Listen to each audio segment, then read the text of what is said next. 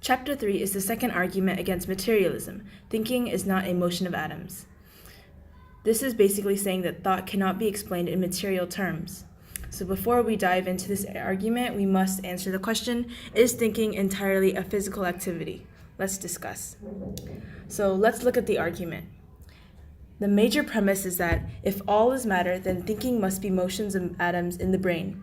The minor premise states that thinking is not motion of atoms in the brain.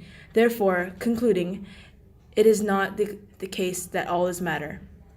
So the only premise that a skeptic could attack is the minor premise, that thinking is not motion of atoms in the brain. But first, let's break it down. The major premise states that if all is matter, then thinking must be motions of atoms in the brain. Material monists believe that all processes in the universe cannot be accounted by the physical, stating that all things are made of atoms, little particles that move around in perpetual motion, attracting each other when they are a little distance apart, but repelling upon squeezed into one another. Thinking is a physical process, more specifically, a motion of atoms. However, one must be aware that it is not saying that thinking is caused by motion of atoms in the brain, but that thinking is identical with motions of atoms in the brain. No one can argue against the brain is inevitably and must be involved in thinking, but the question is whether thinking is entirely a brain or physical activity. The second premise states that thinking is not motion of atoms in the brain. This is the only premise that skeptics can argue about.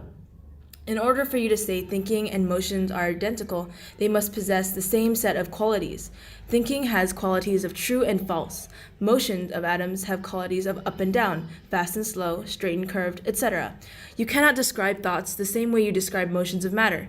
Thoughts and physical properties are not simply in the same category. Reductionism of any kind has been found problematic. This means that one cannot simply reduce one idea into another idea. Think of it this way. Geometry has a mathematical aspect to it, but it is not possible to reduce geometry into math. Likewise, you cannot reduce chemistry to physics, biology to chemistry, psychology to biology, and faith to psychology. In each case, the distinctiveness of each aspect has asserted itself and freed itself from reduction. This all concludes to one simple argument. You cannot reduce thinking into just a motion of atoms. Gingding's argument offers a challenge to skeptics and believers of material monism. In order to believe in materialism, you must accept that thinking is a motion of atoms, even if their characteristics are not synchronized. They must believe that thinking can go up and down, left and right, or be curved and straight, etc. And we know that this in itself is a logical fallacy and cannot possibly exist.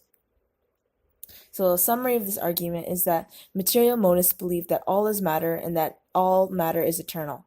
So therefore they believe that thinking is matter, and thinking is merely a motion of atoms in the brain and nothing more than that.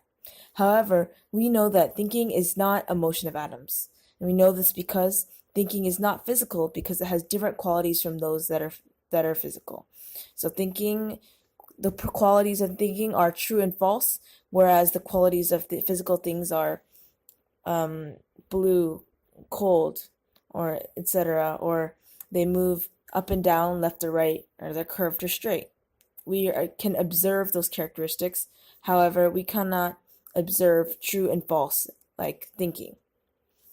So since thinking is not matter, then all cannot be matter, and all cannot be eternal. Therefore, material monism is infallible.